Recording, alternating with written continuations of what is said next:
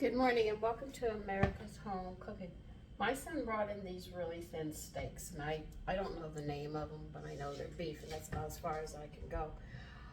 My mother, when she got these cuts, she used one of these. And this is what we used to flatten them out and tenderize them.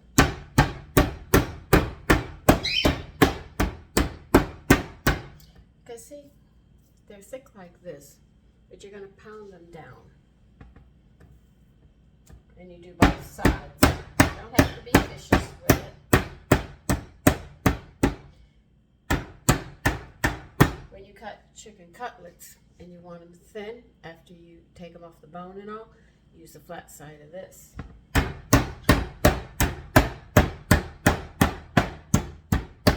going to be pounding all of these out.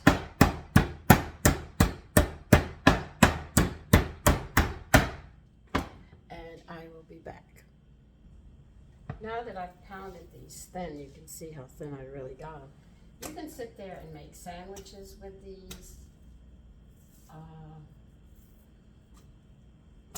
Because I have had them as sandwiches or a simple steak when you're serving something for a meal and you can't afford sirloin or something like that. You can always use these. These are really nice. They go excellent with a salad. I've had them like that. You don't have to have it with a baked potato. They also go good with biscuits. I'm sure men would probably want beer biscuits with these. You know, you can make them in a gravy. So there's a lot of different things you can do with them. I just can't remember the name of them offhand. This cut of meat, so I am sorry in that aspect. I'm sort of, let's say, dead up there trying to think of the name of it because it's been a long time since I've had these. So sometimes, with all the cooking I do, sometimes I'll forget something. Now I am going to put some buttermilk in them. And I'm going to put black pepper on them with the buttermilk.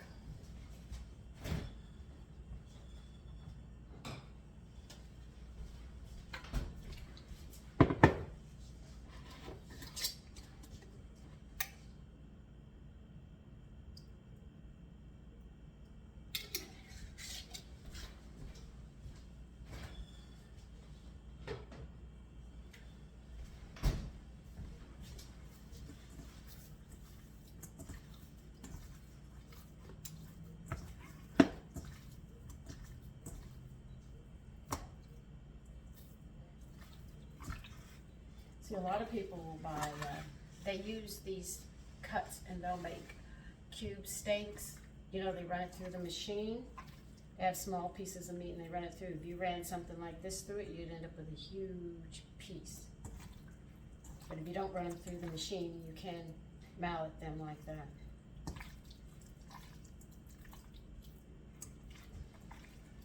And I remember for a long time when I was little, so we're going way back, my mother would have to mallet them because they didn't have the machine. I told you it was a small town. I grew up, and it's big now. Man, when they tell me what's going on in that town today and where I live, my address, and I saw the neighborhood, I said, God, has it changed for the worse? I was really surprised.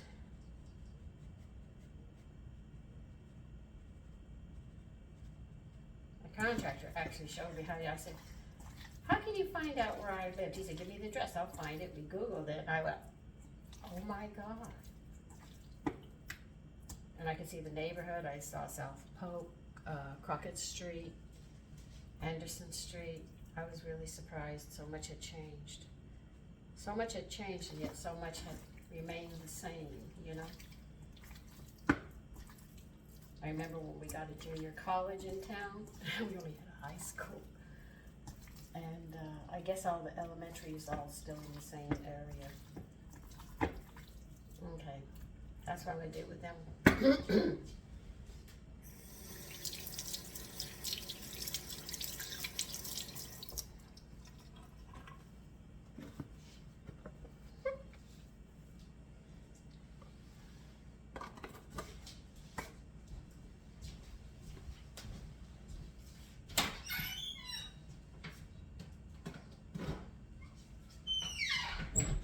Now, let's see. We'll talk about some nutrition. Women have this problem mostly after children. For those who didn't have children, usually have it in older age, is varicose veins. Now, when you get older, you know your skin is going to get thinner. And a lot of women bruise much easier when they're older. And some children, when they're younger, they bruise very easily as well. Vitamin E, spelled with a Y, D-alpha-ketopherol spelled with a Y, is a natural vitamin E. Now, it gives elasticity to the walls, which you need.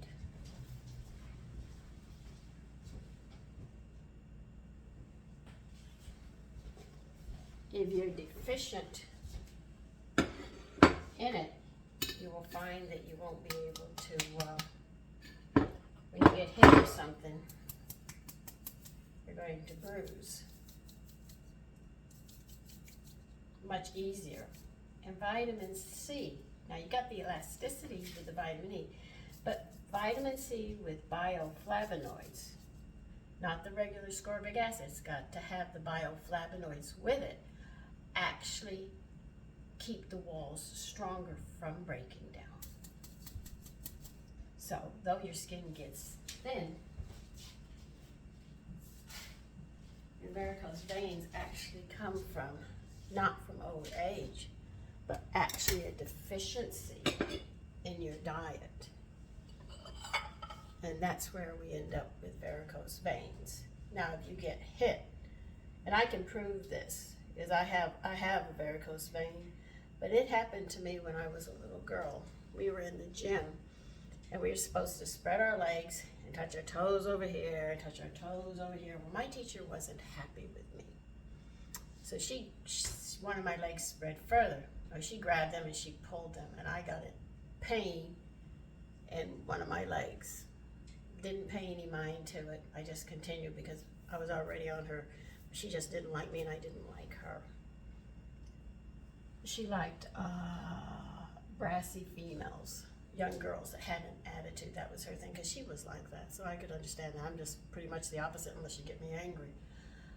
And I ended up with a bruise there. Didn't pay much mind to it. And when it all healed, I ended up with a varicose vein. I have it to this day. It's a little larger because I've had children, but it doesn't bother me or anything, but it's there.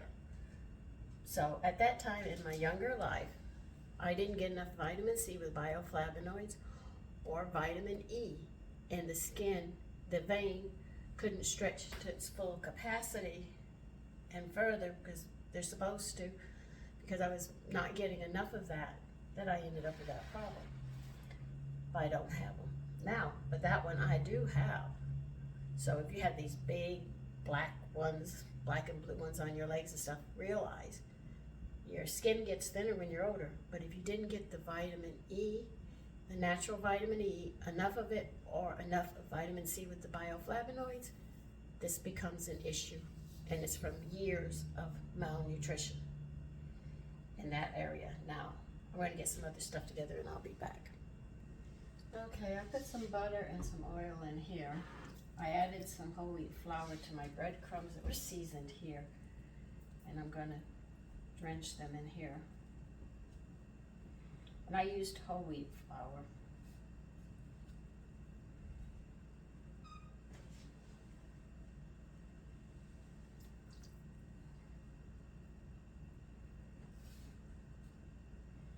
Now for the person who said, wow, he seemed to shock the carrot pudding, that's not a new recipe.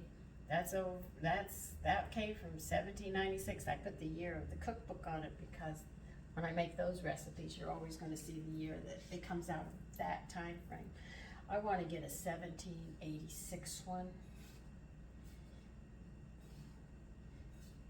I hope to get that one soon. I want to check it out on some of its recipes and ways that they do it.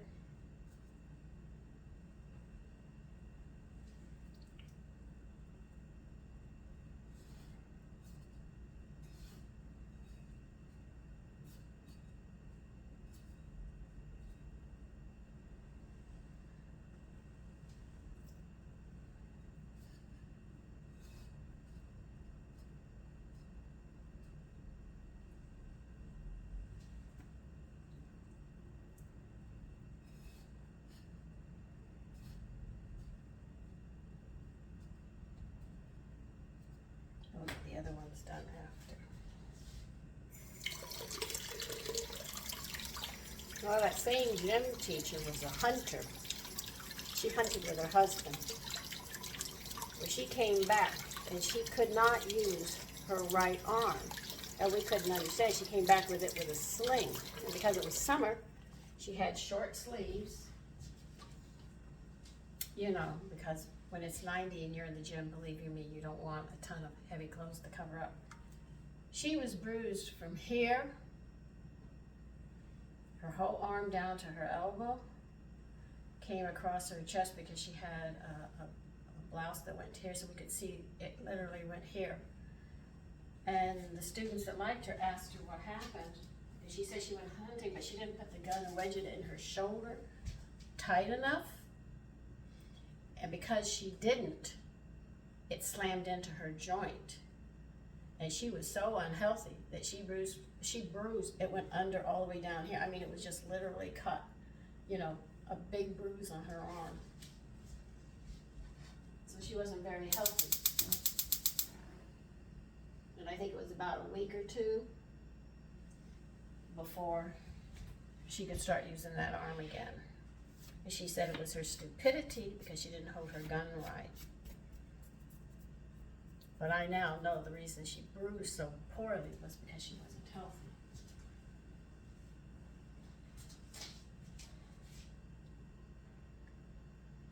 So a lot of the problems that we have today are things that happen to us. It's because we're not eating as healthy as we should be, or we're not getting all the nutrients that we should be getting.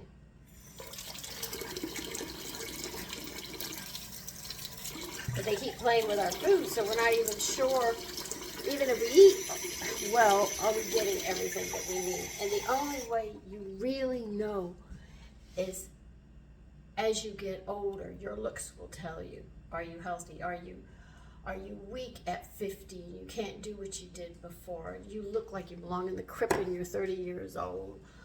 Or you just see a lot of symptoms, and then you find you've got a medicine cabinet full of food. You got a medicine cabinet full of medications that you have to take. You have aches and pains that just don't seem to leave. This is your body telling you what you did to it and what you have been doing to it, and now it's payback time. I used to hear that statement from the elderlies all the time. What you do to your body is going to remind you in old age. And that statement is very, very, very true. So if you don't eat healthy every day of your life and properly and learn, and they're not going to teach you about nutrition, you have to get into it. Realize not one thing is going to help you, not one. It takes the whole spectrum of everything every day. Because every day you have cells that die and that are replaced by cells. And if you don't get everything that day, the cells that are being replaced, those new cells are going to be minus whatever. And each time this happens, you start wearing the body down. If you're not real healthy, but you look healthy when you're young, and by 30 you are aging, then you know you didn't have a real good foundation and not enough to sustain you. You were eating so poorly, and your mother didn't eat that well for you, that your nutritional value wasn't as high as it should be. And every 7 years, your whole body replaces the cells. So you can see within those 7 years, as you age, we're talking 5 cell lives, and you already look old. That's bad. I'm already on 10 years, going into my 11th year of cell regeneration, or replacement, if you wish to say.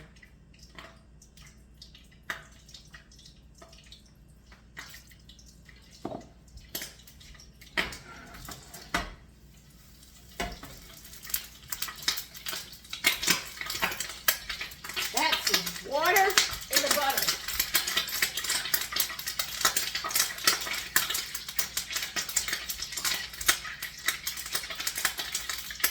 See what I mean? But it's not cared for properly. You're supposed to get all that butter out of it when they do it.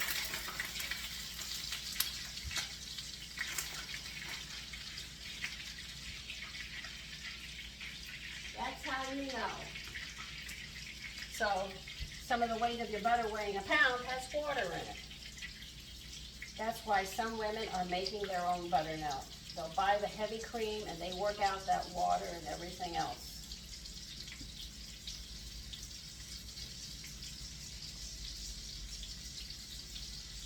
I know how to do it, I just don't want to burn my blender and my equipment out.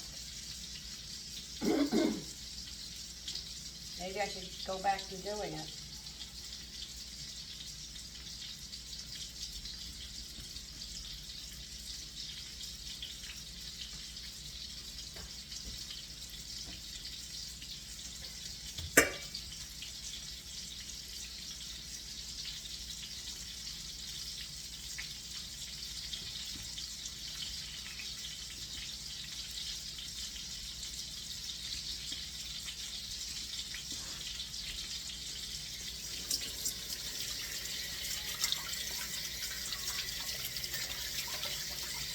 So I have a mess to clean up from that.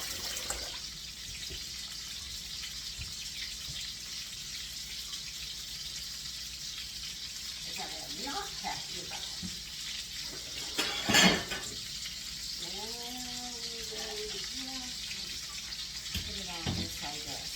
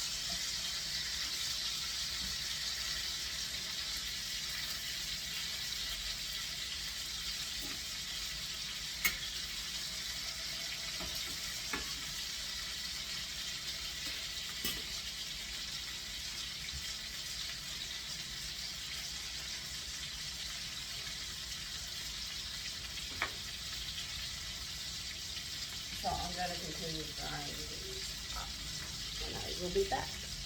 Well, I'm finishing up on my last one that's in the pot right now.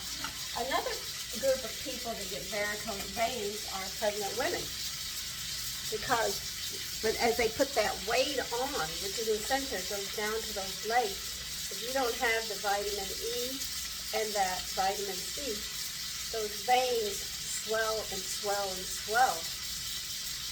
And they can never go back because they lost their elasticity because you weren't eating right during that time or prior to it. And this also causes it. And then you go for vein strippings and all. And well, anyway, I wouldn't want to go through any of that. But that's where the varicose veins and the larger veins develop. And you can see them. This is from pregnancy, from a lot of heavy weight, and not having the elasticity of those veins and vessels and all that run through your body. So if it's happening on the outside, imagine what it's doing. You can just see it on the skin. Imagine what the deeper ones are going through at that time as well. Okay, I'm going to show you. See how this is puffed up? That's the tendon.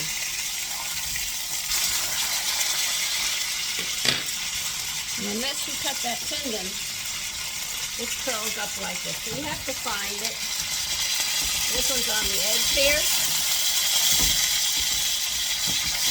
So you can cut that tendon and lay it flat. But that's what the problem is. So if you're wondering why your meat does that, that is because of the tendon.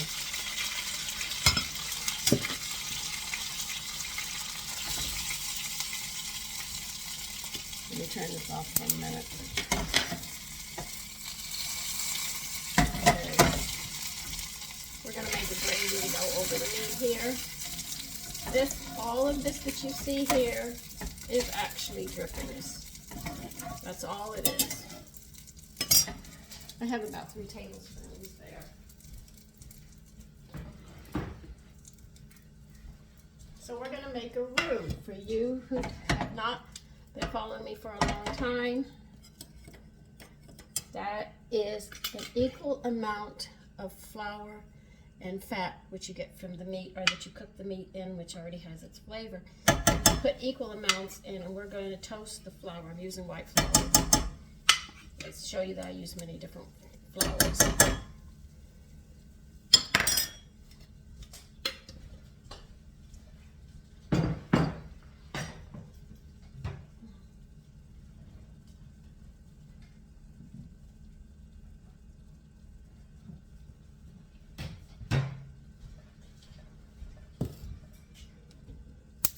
Now you don't need this on a high flame, because what you're going to do now is you are going to toast this flour.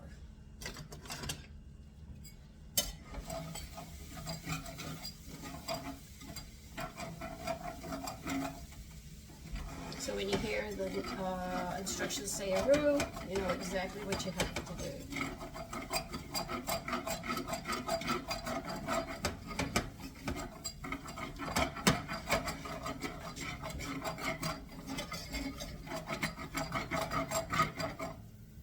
I need more flour.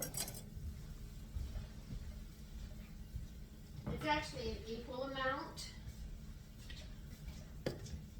So while you sort of tilt your pan a little, see what you have, so you can get, you know, a good judgment.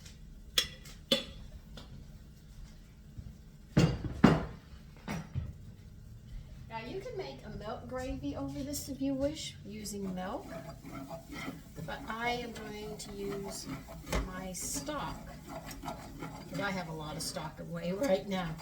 It should last me for the summer, and I'll start making more in the autumn to carry me through. What do I do with my vegetable peelings at this time? I'm going to be actually putting them in the yard, in my garden. The ground seems very lacking in nutrition. As much as I put in it, you would think by now. Yeah, you can smell that flour.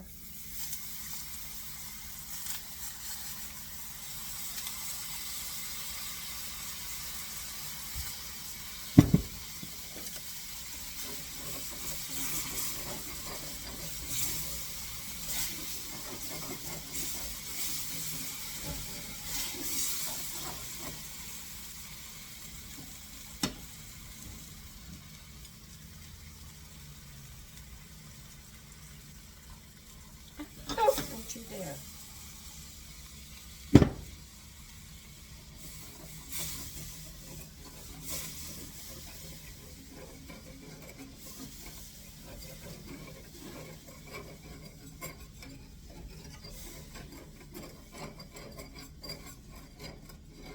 I'm actually making a gravy to pour over the meat this time. If there's any left, you can make biscuits and pour it over it and have it with scrambled eggs, and it's very good for breakfast. So there's no waste.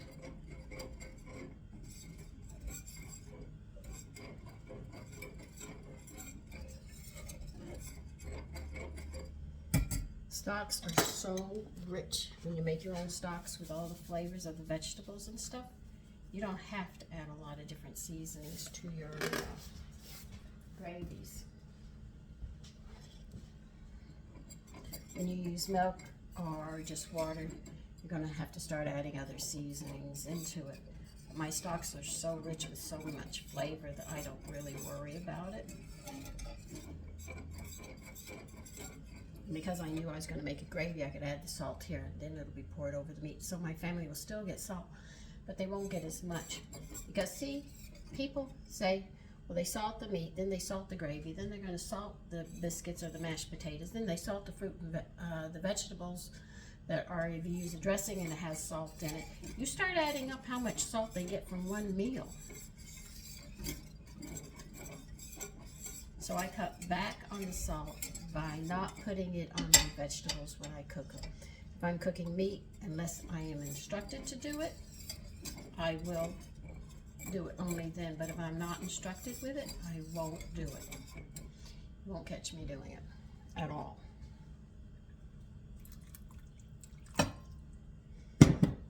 Because too much salt causes high blood pressure. Then I know everybody has coffee and tea, which has caffeine, which is going to sit there and cause your blood pressure to go up.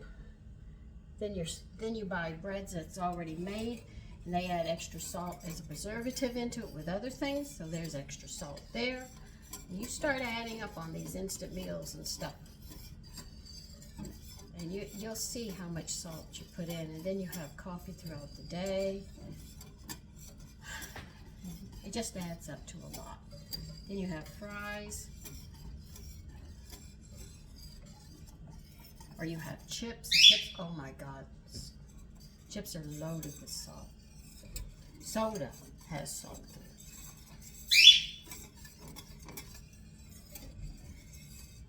So you get a lot of salt. Even if you don't salt your food, you still get a lot of salt.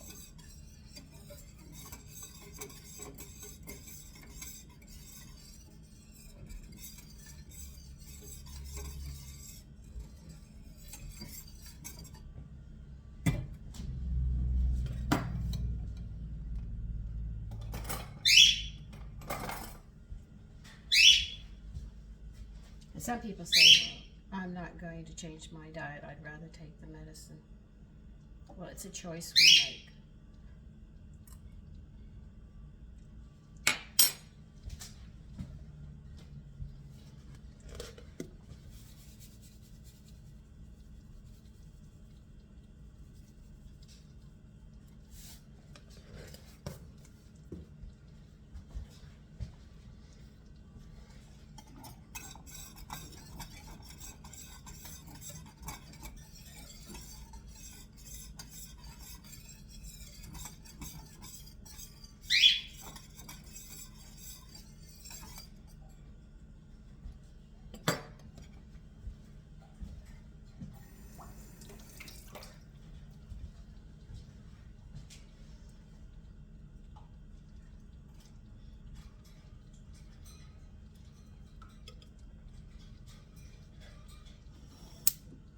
And the gravy is done, just like that.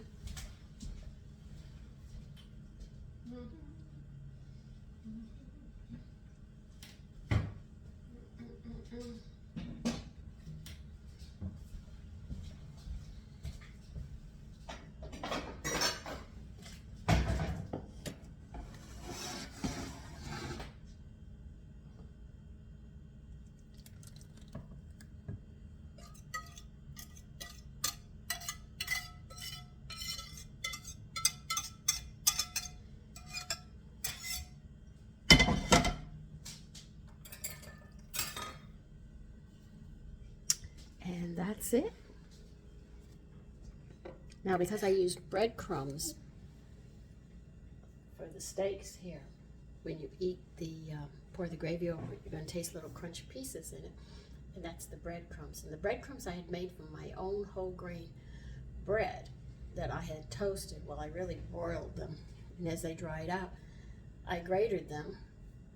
And then when I got down to the soft bread, I sat there and stuck it back in the broiler, toasted it more, and I grated it, and that's how you make your own breadcrumbs. Once you make your own breadcrumbs, you can add Italian seasonings to them, or you can add cheese to them, or you can put any combination and make any kind of breadcrumb mixture that you want to flavor whatever you want. It just takes a few extra steps, and that's all it takes. Take care. Bye-bye.